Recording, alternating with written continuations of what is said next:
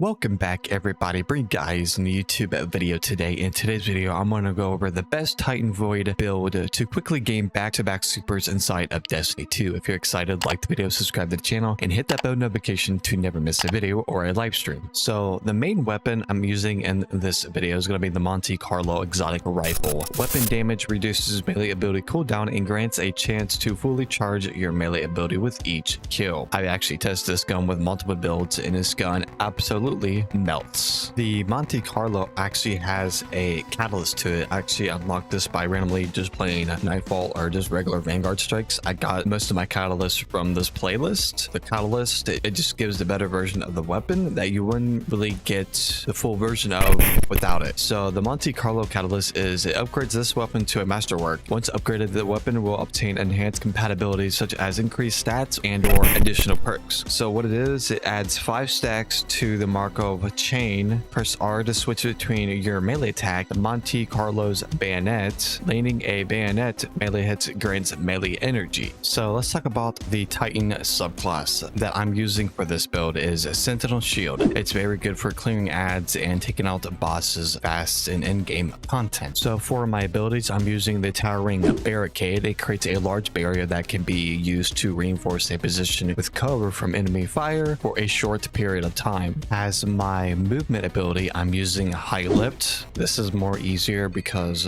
going to platform to another platform is way easier with this kind of ability. I tried using any other movement and it just did not work out very well. For my Void melee, I'm using a Shield Throw. Shield Bash will also work. Then for my Void Grenade, I use Vortex Grenade. So now for my other aspect, Offensive Bulwark. While you have an overshield or are inside Ward of Dawn, your grenade charges significantly faster. You have increased melee range and damage, and melee final blows extend the duration of your overshield. Now for my fragments, I tested multiple fragments to see what works the best, and this is what I chose. Echo of Reprisal. Final blows when surrounded by combatants grant super energy. For my second aspect, I'm using Echo of Undermining. Your void grenades weaken targets. So that means is once I throw my grenade, it's going to weaken targets and pretty much going to do more damage and weaken them as the grenade takes effect. The third aspect that I'm using is called Echo of Remnants. Your lingering grenades affect Vortex Grenades, Void Wall, or Void Spike, and Axion Bolt have increased duration, so the effects of your grenades will last longer to do more damage and just create utter chaos. Last but not least, we have Echo of Persistence. Void buffs applied to you, invisibility, overshield, and devour has increased duration. So once we use our shield and it creates an overshield, it's going to have a increased duration, so it's going to last longer than normally while using this aspect. So as my mods for my character here for each armor piece here inside of Destiny 2, for my headpiece, I really focused on resilience, and this build is not going to be at its full capacity because the exotic version of the gauntlets is not like the best god roll, so I'm going to have lower stats, so it's fine.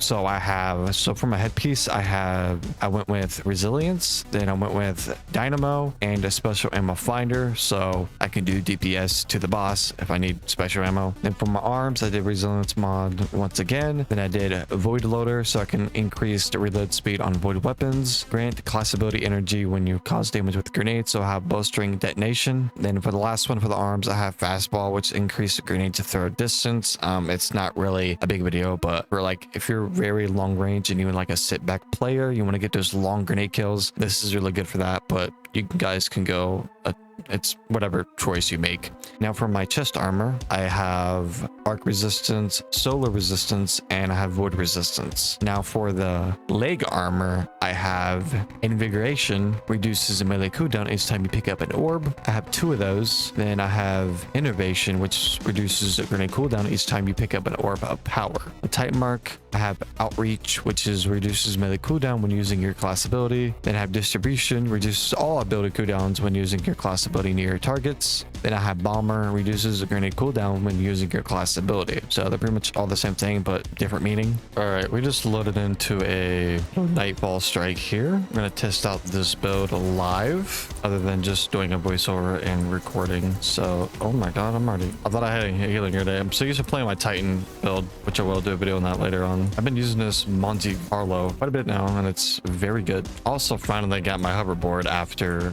50 plus hours of grinding for this thing, so it's definitely worth it at a cost of losing brain cells. Yay. So basically how this gun works is once we get 5 kills or more, it's gonna go into like a 5 stack, so we can transfer to we can use the bayonet for this weapon as its catalyst, which is actually pretty dope. So if you look at the left hand side, the Markov chain, once you get 5 times of that, you can also use a bayonet after exceeding the 5 times, which is pretty cool. This is probably not the greatest spot to test this because I'm gonna use these little orbs to break those enemies down. So there's a few enemies here, but I don't think I'm gonna be able to get them all. Let's see what I can do here. Yeah, I'm not gonna have enough enemies to kill, so I'm gonna probably wait to the next area here. We have to do a mechanic for this specific spot in the Nightfall Strike. All right, I'm gonna do some grenade action. Grenade. Put my shield down. Have an over shield. As long as we're next to the shield or inside of it, we can actually gain the over shield. So we have time to regenerate our health. It's really good going against this eyeball here. Die, you eyeball. Just my rocket launcher. I'm gonna shoot. That's honestly my favorite combo to do, is shoot with my main gun and switch to my rocket launcher and shoot it. The most efficient boss damage. Ooh, I might die here. How far can you throw that? Look at this far. Look at that. My god, I didn't think grenades actually throw that far. Boom, go to the eyeball. This point in the Nightfall Strike is really weird because if I fight the bosses over here, then it will transfer over to a black and white screen. We might die here. So here we go. Like I said, it's like black and white. Oh my god, I'm getting lit up right now. Rocket launcher. This guy's beefy. Shield. Rocket launcher again. Wow, you just beat me. Help, I need help. Teammates, help. Any help? Hello? Anyone around? Okay, cool. Dude, teammates in Destiny 2 are like the worst. It's like sitting in a Black Ops 2 lobby waiting for people to ready up in a zombies lobby. They're much of that bad. Yeet. Little grenade out there. Damage. Rocket launcher. Finisher.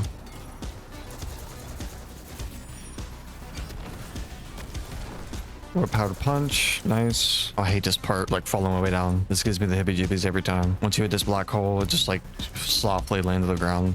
As long as you're getting ability kills and just non-stop kills back to back, you'll pretty much... The hell they do was sliding. You will gain your super pretty quickly. Oh look, I got my super back already, guys. It regenerates so fast. Like literally so fast.